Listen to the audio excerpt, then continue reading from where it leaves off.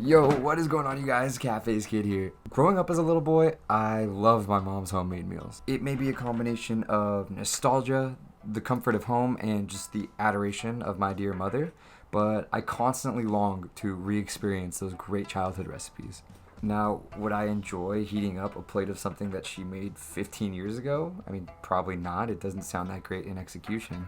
However, would I pay 30 to 45 US dollars MSRP for a sequel or remake of those famous childhood meals? Yeah, probably. Now, I know I don't exactly need a rehash or a dedicated sequel to the food that I grew up loving. However, would I enjoy the hell out of the experience anyway? Absolutely. I think you know where I'm going with this. Sequels and remakes are not necessary in the slightest. However, the ability to fantasize about re-experiencing games that we loved so much in the past is never not going to be a good time. So with that in mind, let's get to it.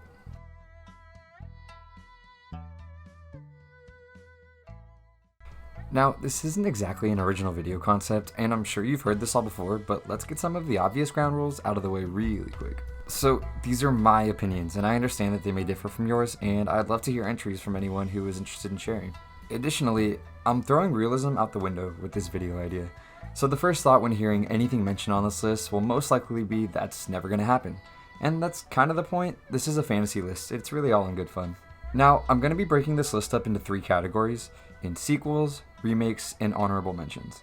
For the sequels and remakes, I'm going to try to strictly stick with the older IPs/games that are highly unlikely to ever see the light of day again, but my honorable mentions are going to be games that are fairly recent and still have somewhat of a chance of continuation or reanimation. With that in mind, let's jump into the sequels.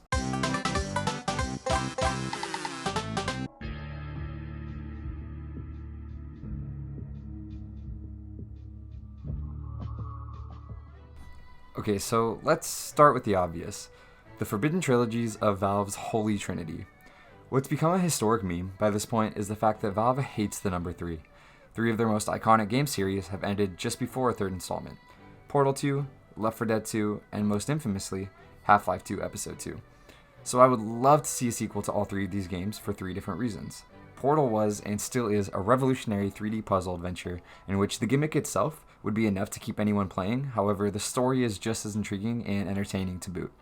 Left 4 Dead was a great arcade-style co-op zombie survival that was the pinnacle of the gaming cafe boom during the early to late 2000s, alongside the likes of World of Warcraft and Counter-Strike. And Half-Life 3 is just a super fun action-adventure with a great story that demands continuation by a large cult audience, but is pretty much confirmed to never see a 3rd installment. While there's always hope that things can change down the line, the future of the Half-Life series is looking pretty grim.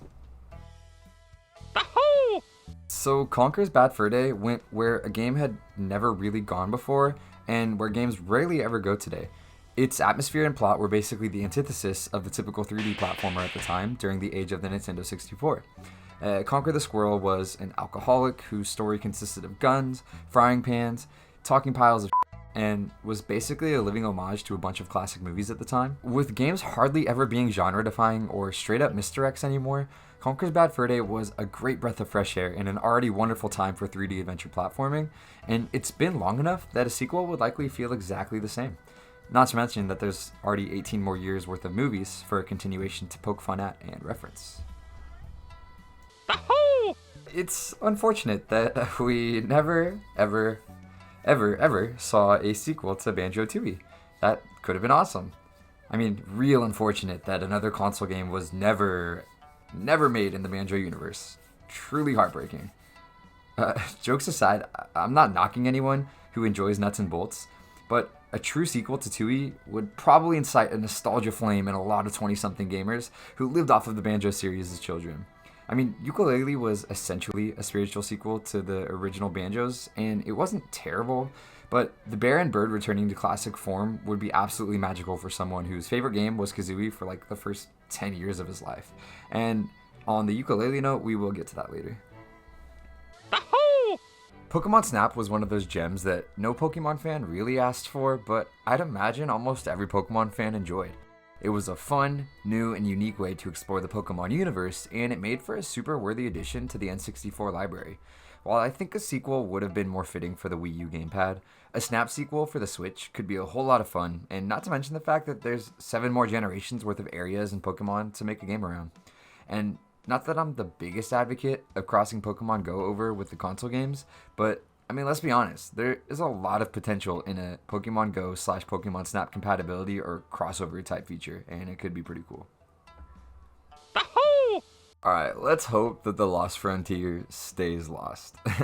Again, not bashing anyone who enjoyed the technical sequel to Jak 3, a la Nuts and Bolts. However, I think a true return to the franchise from the original creators themselves could do a lot of great things to the Jak trilogy and its large fanbase community as a whole. With Naughty Dog officially announcing a release date for The Last of Us 2, they may have an opening to revisit an old, dearly beloved IP. I don't see it happening, but I mean, I can dream, can't I? Jak and Daxter was the first real 3D platformer / collectathon / adventure game that I ever 100%ed, and I would be overjoyed at the idea of the dynamic PS2 duo returning in an exciting new continuation to their story, done right by Naughty Dog. Ken Levine and 2K Games have near perfected storytelling with the BioShock trilogy, and what's amazing is that the core 3 games are all independent stories told in the same universe. While the first 2 both take place in the same underwater city, Rapture, the stories are practically independent, meaning a 4th installment could really go wherever creative director Ken Levine wants to take it. He took a step away from the second one, and while the weakest in the series, it's still a pretty good game. This to me means that any kind of addition to the series, done right, would be a worthy successor to the most recent and most unique of the trilogy, BioShock Infinite. So, the Amnesia series has spawned a couple things in the past decade. My love for the horror / thriller exploration genre, as well as PewDiePie's career. Amnesia really did develop a love within me for the BioShocks, Resident Evil 7s, and Outlasts of the 2010s. The grand setting in which a single protagonist has to fight the odds against a horrifying enemy in an unsettling location has kind of boomed a bit over the past 10 years, and that thrill of terrifying adventure spawned within me following Amnesia: The Dark Descent. A few years after The Dark Descent released, a different developer produced a sequel titled A Machine for Pigs, and I feel like with the potential ideas birthed from the games I mentioned following Amnesia 2, a sequel in the Amnesia universe could be both mystifying and nightmare-inducing. Stark contrast to Amnesia in both genre and game style, I would love to see a brand new Zoo Tycoon for PC. I know a new Zoo Tycoon came out in 2013, but outside of sharing the IP and being a zoo simulator, it really didn't seem to do much justice to the original games. As a little kid, I would sit in front of the computer for hours on Zoo Tycoon 2 Ultimate Collection, building exhibits and creating a fantasy world in which I was a zoo owner with full creative power over a park that included everything ranging from lions to killer whales to dinosaurs. I just want another Zoo Tycoon with classic, over-the-top, omnipotent power of having nothing but my imagination limiting what I could do with the park. So, I'm a huge baseball guy. One of my most played games of 2019 is MLB The Show. But most gamers, baseball fans or not, have at least dabbled in something like Wii Sports Baseball or the classic Backyard Baseball for PC. While much more cartoony and unrealistic than the carbon copy baseball games that Sony Interactive pushes out every year, Backyard Baseball 2020 could be comprised of some of the cartoon classics such as Pablo Sanchez and Pete Wheeler, as well as some animated versions of today's famous MLB reps such as Bryce Harper, Mike Trout, Matt Chapman, etc. And all in all, it could be a more family-friendly approach to baseball gaming, contrasting the more hardcore playstyles of the show. Bully is one of the many forgotten Rockstar IPs, basically anything not named Grand Theft Auto or Red Dead. It's essentially the GTA formula, but takes place on a school campus and has gameplay and a story full of action, heart, and charm. I don't have much to say about this one other than that a sequel could be great. If they could find a way to translate the story onto a college campus, it could be even more exciting and probably more fitting for the potential offered by today's hardware. Also, I'm going to use this segment as an excuse to very briefly mention that I really enjoy a full-on sequel to LA Noire.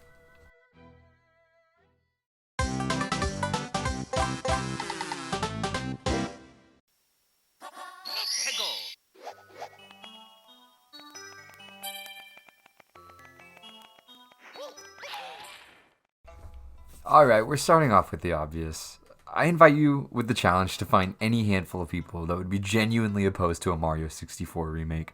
Yeah, we got 64 on the DS, but can you imagine an entire overhaul for a next-gen console?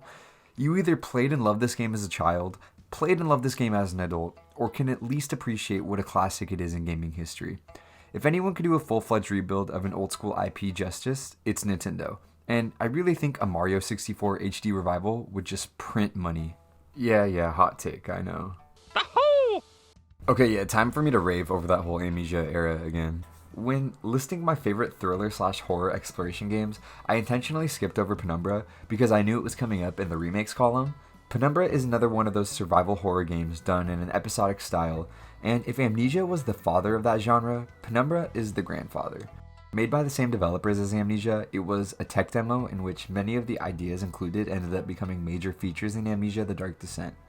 While I really want a sequel to Amnesia, I feel like a sequel to the Penumbra episodes would be just redundant. However, a remake of those short games as one combined project could be a lot of fun. Easily one of the greatest video games ever based on pop culture media, The Simpsons Hit and Run was Grand Theft Auto for every kid whose parents determined that a T rating was the cutoff for video games in their home. Hit and Run did everything right in basing a video game around a classic television show. It stayed true to the world and characters without feeling cheap or shoehorned, or just compromising quality because bigwig execs knew it would sell anyway. It was a great game that deserves an HD rebuild in my irrelevant opinion, and it's definitely worth mentioning that a straight up sequel that stays true to the original could also be wonderful. Another short one that could be great in the remake or sequel category, I'm choosing Tak and the Power of Juju simply for nostalgic reasons. I mean, I know that's basically this entire video's premise anyway, but it's almost especially relevant here. This is strictly nostalgic. It's been years since I played this game. I honestly don't even know what the general consensus on it is. It was just an absolute blast to me as a kid, with a fun enough story, hilarious characters, and a solid soundtrack. I want a remake just so that 8-year-old me can play a forgotten gem from his childhood again.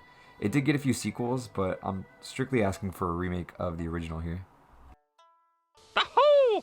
With how the Zelda universe works, essentially every game is a sequel or a prequel, so there's no use asking for a sequel to any Zelda game. However, a rebuild of A Link to the Past with either A Link Between Worlds or Link's Awakening HD engines would be wonderful. A Link Between Worlds is essentially already a spiritual successor to A Link to the Past anyway, so playing the SNES Classic on an updated engine for Nintendo Switch leaves me with the desire for more Dark World mayhem. A Link to the Past already has my favorite dungeons from a 2D Zelda, so this could just be another excuse to sink hours into a game I've loved for years. While we're on the topic of rebuilding with modern engines, I would love for a Luigi's Mansion remake for Switch rebuilt on the Luigi's Mansion 3 engine. If there was an award for talking out of your ass, I'd have taken first place so far in this video, as I have no idea whether that's even possible or if the mechanics of Luigi's Mansion 3 would even allow for something like this, as it doesn't come out until Halloween this year. However, the first Luigi's Mansion is a game that I played over and over as a kid, and the ability to do so again in HD on my Switch is a fascinating thought. Luigi's Mansion is the type of game you could easily beat on a train ride or a flight while still feeling satisfied with a full game completion, so it would be perfect for a remake on the portable powerhouse of the Nintendo Switch. The original 3 Mario parties on the N64 are the apex of the Mario Party experience. This is irrefutable, it is fact, it literally says so in the Bible. Do not fact check me on that, I will not be held responsible for any false claims. Give us a remake of the N64 Mario parties in a combo pack or something. Please Nintendo, I am begging you. If you're too lazy to do them all, Mario Party 2 will suffice. I promise, I am not that picky, just come on guys, I'll give you all the money in my wallet right now. Jurassic Park is one of my favorite movies of all time, and I feel like video games haven't done it all that much justice. In fact, I think an open world 3D adventure dinosaur game is something that could absolutely kill on the market that hasn't really been done right, especially not on next-gen consoles. I mean, could you imagine a next-gen open world survival game that takes place on Isla Nublar years after the events of Jurassic Park? Imagine something like a Far Cry game or a polished-out Turok that exists within the confines of the Jurassic Park universe.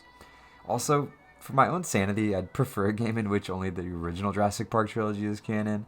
No Jurassic World or Fallen Kingdom, please. And I know I'm getting a little cheeky with the term remake with this one, but for the sake of it being relevant to the video topic, let's just consider this a remake of the SNES Jurassic Park game, I guess. Just give me this one, please. Pokemon Snap? Answer. Yeah, I'm double dipping, so what? For the same reasons I want a sequel to Pokemon Snap, I just love a good old-fashioned remake of the original. The earlier generations are my favorite anyway, so getting to see a Charizard or a Lapras in sweet, sweet high definition would be amazing.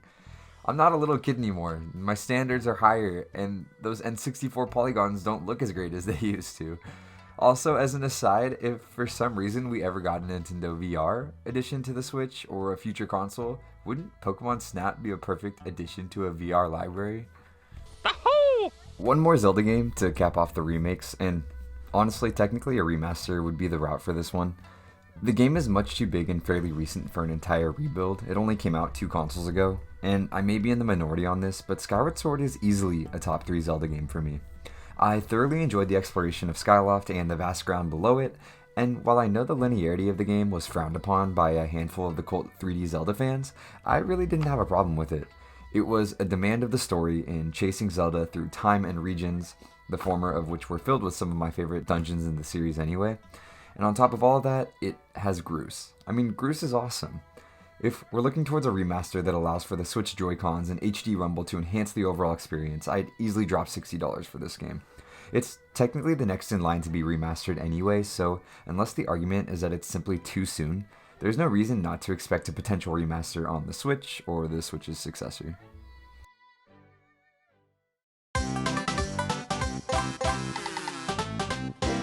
Yo, so remember when I mentioned we'd be getting to ukulele later? Yeah, of course I didn't forget, this entire video is scripted. Anyway, as I mentioned like 12 minutes ago, Yooka-Laylee is technically the spiritual successor to the original 2 Banjo games, as it was made by former members of Rare, the dev team behind the original Banjos, plus a bunch of other classic N64 games to any gamers who live under a rock, I guess. So, Yooka-Laylee tried so hard to recreate the charm and magic of Banjo 1 and 2, and while the music, composed by Banjo's original composer Grant Kirkhope, was phenomenal, a lot of the attempts at recreating Banjo's OG charm fell a little short. I really do hate to say it because I wanted to love Yooka-Laylee so bad, and I truly did enjoy it more than the general audience did, I think, but it left a lot to be desired. However, I think Playtonic, the team behind Yuka, heard the complaints from the dedicated fanbase and could turn them around into a much more polished and refined sequel to Yooka-Laylee that accomplishes what the first game set out so hard to do. They've already announced a new game in the Yuki universe, titled Yooka-Laylee and the Impossible Lair, but this is just a side-scrolling platformer that looks to be more in the vein of Donkey Kong Country-style gameplay. I'm hoping for a true Yooka-Laylee 3D platformer collectathon sequel. Tuka-Laylee? Dude, I would sell my soul to the mouse for Epic Mickey 3. Okay, yeah, so we all have guilty pleasures, and mine is slapping around a magic paintbrush as Mickey Mouse in a weird, desolate, rundown, colorless, knockoff Walmart version of Disneyland. No shame on my end. The reason this is in honorable mentions is because a 3rd installment was actually fully planned and wasn't canceled due to any motivational reasons, but rather because Disney dissolved Junction Point Studios, the team behind the Epic Mickey series. So, I mean, if Disney ever decided to spend some of that Mickey cash to revive the studio, the plans for the game are there. If not, it'll be lost to be forgotten by everyone but me. I mean, probably literally everyone but me. I want it so bad, bringing the grand total of people still demanding another Epic Mickey game from a whopping 0 to a more whopping 1.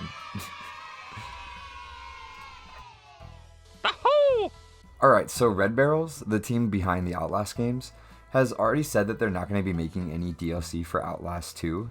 So, naturally, the next submission on my list is, of course, Outlast 2 DLC. Yeah, okay, like I said, it's a fantasy list. There's no realism involved. And I think at this point I'm saying this more for myself than for you guys. But yeah, so the actual developers of the game have straight up said that they're not going to be making DLC for their game in Outlast 2. And while 2 is definitely my least favorite of the 3 current Outlast stories, I still absolutely loved the world and the atmosphere. For me, everything that wasn't a flashback was just so spine-chilling and easily some of the most immersive and exciting moments I've ever had in a horror game. And I want more of that Northern Arizona rundown cult experience. But I guess Outlast 3 will suffice. Okay, so The Witcher 3 is easily a top 5 game of all time for me. But I didn't really fall into the Witcher series until 3 came out, making me a self-confessed bandwagon fan. I mean, I'm the first to admit it. However, I would love to revisit the roots of the franchise in the first Witcher game. I've bought it on Steam, and from what has become painfully obvious to me in revisiting the first two, is that the mechanics of the third were mostly born and fleshed in the second game, making the first a little bit harder to pick up and fall into as someone who started with the third. I know, and I fully confess that the fault is my own. However, maybe with the hype of the new Netflix series, a potential remake of the first Witcher game on a next-gen console, or even just the Witcher 3 engine leaning towards the second and third game's gameplay style could be a lot of fun and a way for those of us who entered late to pick up at the origins of video game Geralt's story.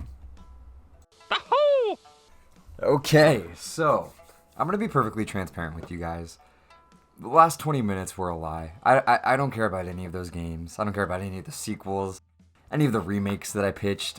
What I really was trying to do was just garner any semblance of credibility because I have such a grand, epic idea that I knew wouldn't be taken seriously unless I had created one of those classic YouTube lists first. And so what I really want to pitch to you guys is something I've been sitting on for a pretty long time. I'm really happy with the idea. But essentially what it is it is Minecraft 2. You know, so instead of squares, they kind of go with like a rhombus thing. Wait, hold on. That's my manager. He told me that I need to hit the stop recording button. Hold on, guys. Just give me 1 second.